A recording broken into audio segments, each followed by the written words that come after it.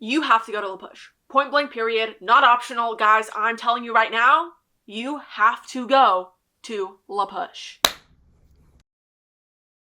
Hey guys, welcome back to my channel. For those of you who don't know, my name is Faith and thank you so much for watching. A couple months ago, my friend and I took a trip to Washington, and as Twilight fans, of course, we had to spend a day in Forks and La Push. And there's actually quite a bit that you need to know before going that you probably don't know that you need to know. So I decided to create this little Forks travel guide. I made a vlog while we were there and I do have it up on my channel. So if you want a more visual representation of what a day in Forks would look like, you should go check that out. And with that being said, let's get into it. First, I'll say that all of the Twilight stuff in Forks and La Push really only takes one day to do. So if your plan is to go to Washington for, let's say, a week and just stay in Forks and do all the Twilight stuff there, you should probably find other things to do. Forks is on the Olympic Peninsula and there is so much to do there, you can easily find other things to do that aren't Twilight specific. But there is just not enough Twilight specific things for that to take up more than one day to absolute max. So basically don't go there planning to spend 3+ days solely doing Twilight related things. We actually stayed in Port Angeles and took a day trip to Forks and La Push, and that was plenty of time to see literally all of the Twilight stuff. Port Angeles is a good access point for certain parts of Olympic National Park that you probably would want to see while you're there. But of course that's outside the Twilight thing, but if you're planning a long trip, it's something you could look into. As for Port Angeles, they go there in both the books and the films. However, nothing was actually filmed in Port Angeles. But there still are a couple Twilight things that you can see in Port Angeles. The biggest one being the Bella Italia restaurant, which is the restaurant that inspired Bella and Edward's date in Twilight. We didn't actually eat there, but we did pass it multiple times because it's on one of the main strips downtown. And then at their movie theater, there is a Face Punch poster outside, which of course is the movie that they see in New Moon. Other than that, there's not really anything Twilight related in Port Angeles except for some bookshops that have Twilight merch. But back to the main point of this video, which is Forks.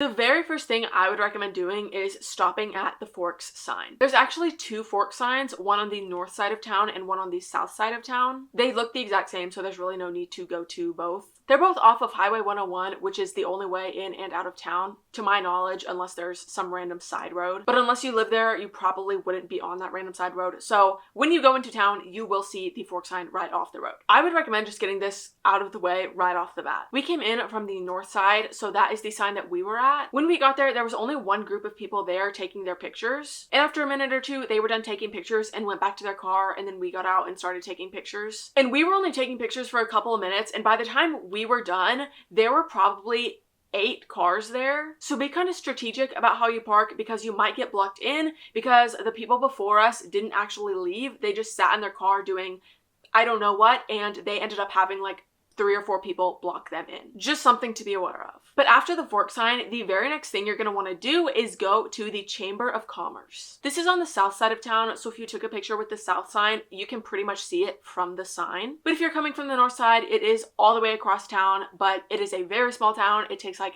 3 minutes to get through, not even. The Chamber of Commerce is only open from 10 a.m. to 4 p.m. And you might be like, Faith, you're saying that's the second thing we need to do after the Fork sign, and it doesn't open until 10 a.m.? That is correct. There is really not a lot to see, and the town is so small. Everything is within just a couple minutes of each other. If that, it does not take long to get through at all, so 10 a.m. is not really a late start time. The order that we took the stops in and the order that I'm going to basically tell you to take them in is the most time efficient way driving wise. When we went, it also was not busy at all. There was literally only one stop that somebody else was there at the same time as us, other than the Twilight Museum, but I will get to that later. I'm not sure how busy they get during their busy months, but again, this route, driving wise, is the most time efficient. If you go into the Chamber of Commerce, they do have a little gift shop area, and then they also have a map where you can stick a pin in of where you're from. But the most important thing to do at the Chamber of Commerce is get a map of the town,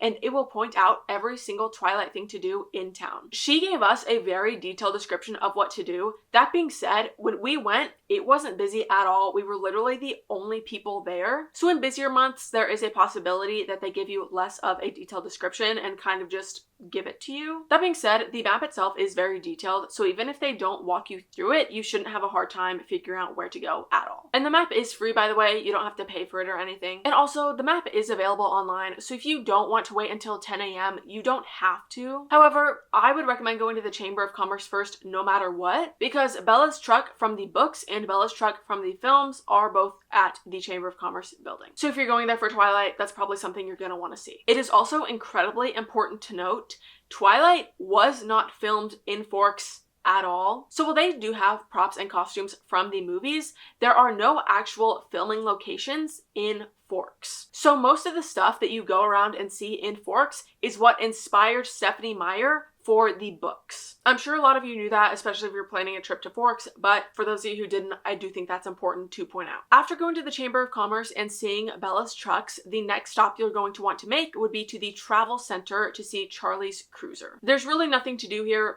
other than look at the cruiser. The next stop after that would be Forks High School. We knew that the films weren't filmed in Forks, like I mentioned, but for some reason, we both thought that the exterior shot of Forks High School was the actual Forks High School. Safe to say, that is not true. It also looks like a new building, so I'm guessing it was built not that long ago, or it was just recently remodeled. Kind of the only thing to do there is look at the sign that says Forks High School, home of the Spartans, but the sign is completely different from the film. Obviously. If, for whatever reason, you are concerned about time, which you shouldn't be because, again, it does not take long to get through all of this at all, if you need to skip one of these stops, this is probably the one that I would recommend skipping. Obviously, it's the school from the books, but there really is nothing to see there other than the sign. But after that, you're going to want to hop on over to the Forks Community Hospital, where they have a designated parking spot for Carlisle Cullen. And I would just like to remind you, this is a hospital. There are actual patients there. You don't know why they're there, so it is very, very important to be very respectful while you are there. And that goes for every single one of these places, but especially a hospital. And this is just a sign to show where Carlisle Cullen would have parked his car. And after that, you're going to want to go to the Swan residence. Again, this isn't the house from the films, but it is the house that Stephenie Meyer used as inspiration for Bella's house in the books. And it's a really cute house. They have cardboard cutouts of some of the characters in the windows. They have a Swan mailbox. They have a sign that says it was remodeled by Alice Cullen. But for this one, it is very important to note that you cannot get out of your car and look at this house, guys. This is a private residence. Pretty sure it's being used as an Airbnb, so there are people actively there throughout the year, and you need to respect that. They have multiple signs that say you cannot park, you need to stay in your car. You also cannot stop and block the road. So basically, you kind of just need to crawl along while in your car, but do not stop and do not get out. I don't know if you guys have seen, but some of the filming locations for Twilight have been cut off from public access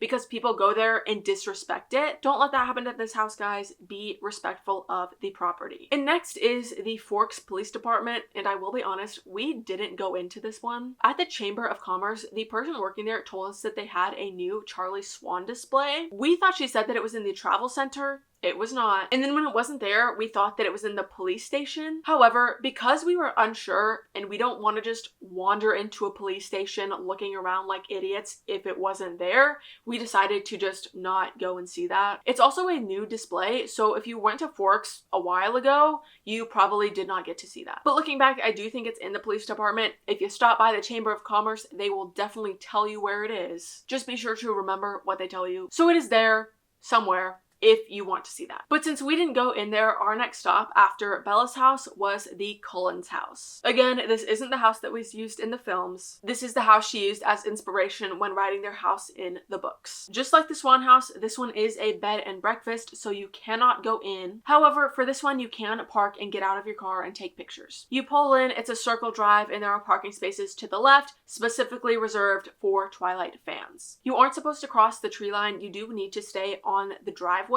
and there are multiple signs saying that. And again, be respectful of this property. Don't go and disrespect it and then have them cut off public access, and then you've ruined it for literally everybody else that wants to visit. And also, while this isn't a big deal, it was kind of annoying and a little bit rude if I'm being honest. Like I just said, there are very clear designated parking spaces for Twilight fans. Do not park in the Circle Drive, especially if people are standing in the Circle Drive actively taking pictures. Like I said, we went when it was not busy at all. So especially if you're there during a busy time of year and there are multiple people there, do not park in the Circle Drive. Go to these places and use your common sense and have some social awareness, because not only do you need to be respectful of the property, you should be respectful of the other people there to also look at the sites. Not a huge deal, but it is a bit rude, guys. And other than the museum and gift shops, those are all of the designated Twilight areas in Forks. And from pulling into Forks and looking at the sign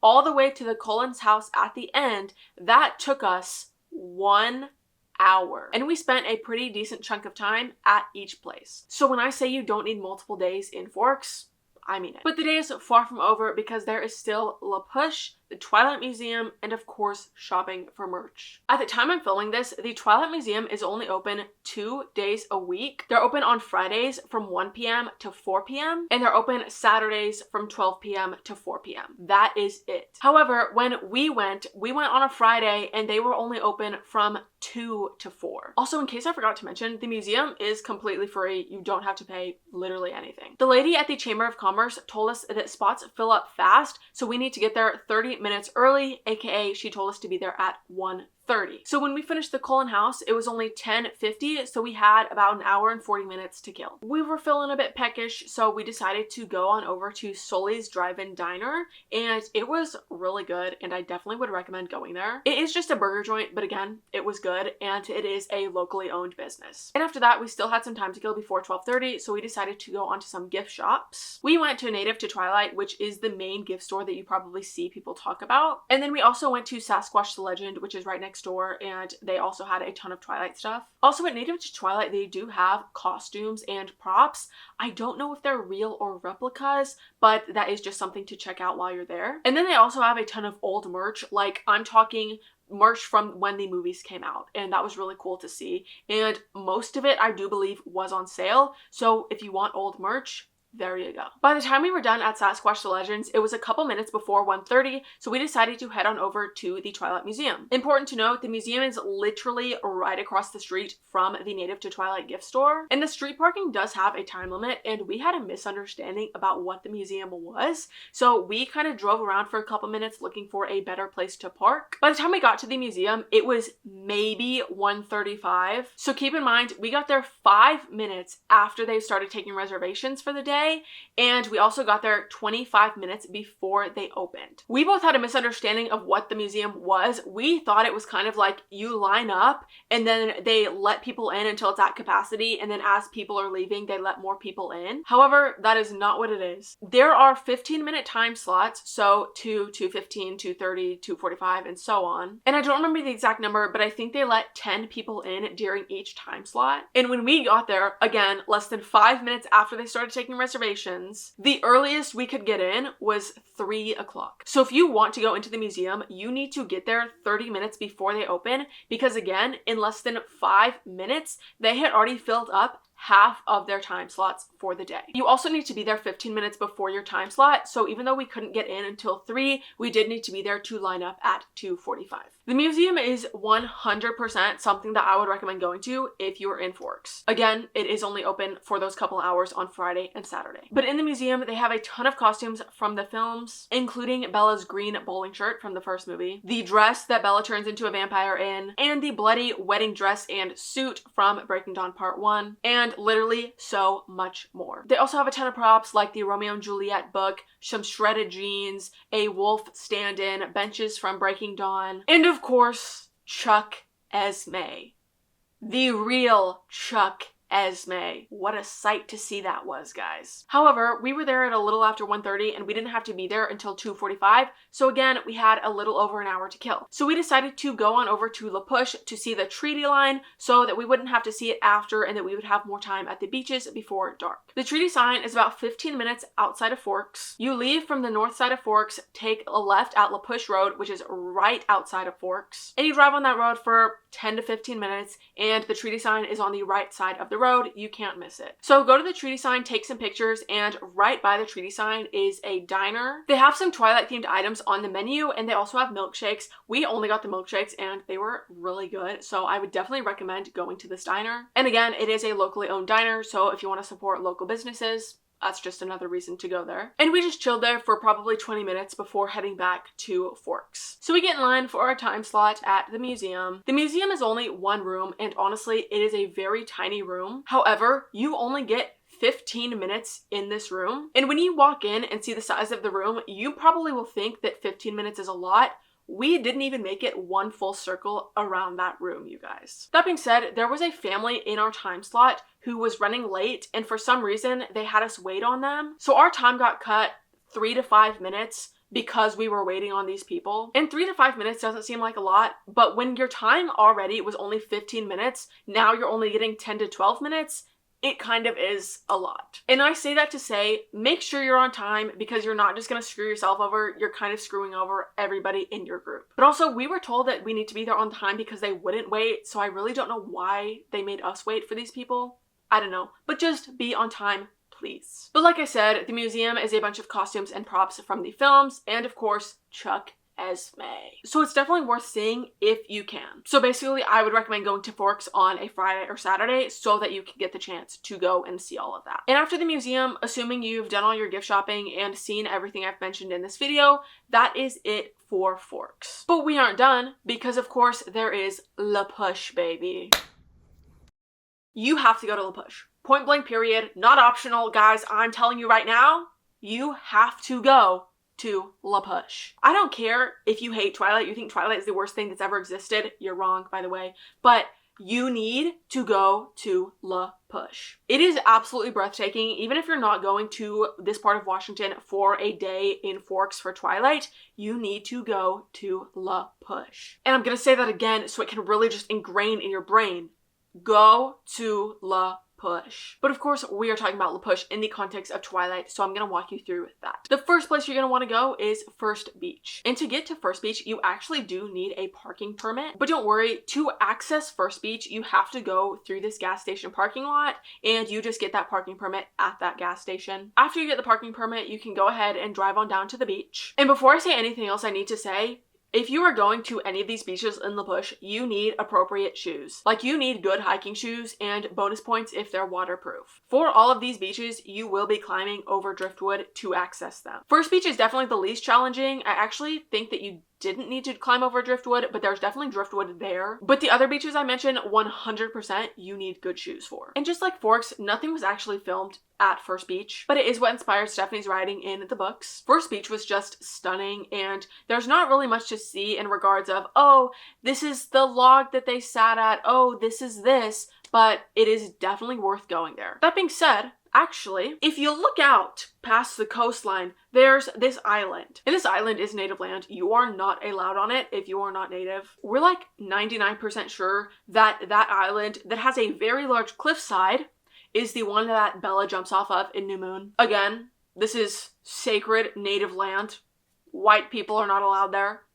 And she tried to kill herself on that cliff. I cannot confirm 100% that that is true, but this is literally the beach she took as inspiration for the books, so I don't see how that isn't true. But if it is true, Stephanie Meyer, girl, add that to the long list of messed up things that you wrote about in Twilight. But moving on from First Beach, we have Second Beach. And Second Beach and Rialto Beach, I actually don't think were named specifically in the books or the films, but they are so pretty. You need to go there. To get to Second Beach, you do have to do a 0.8 mile long hike. It is a very long hike until the very end where it does get a little steep, but other than that, it is very easy. But like I already said, you need to bring good hiking shoes, preferably waterproof, because this trail is so muddy and there are so many very big, very deep puddles of water. If you have good shoes on, they will get ruined, I promise you that. Thankfully, we both came prepared and our shoes were fine. But again, while to my memory this isn't specifically mentioned in Twilight, while you are at La Push, you just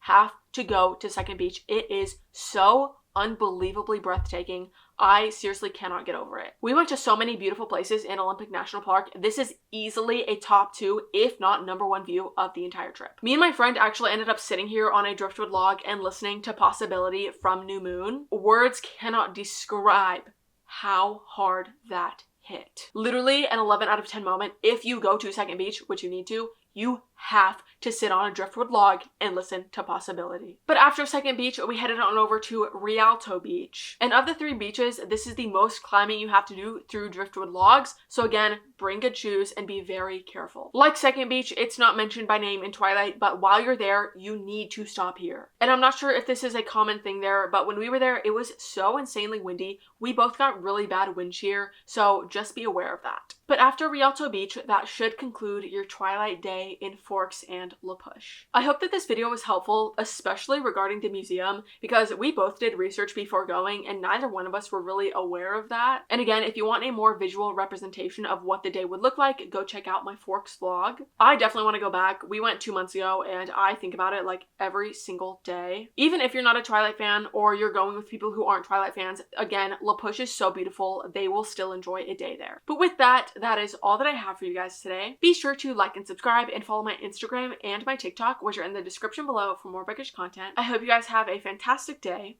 Love you guys. Bye!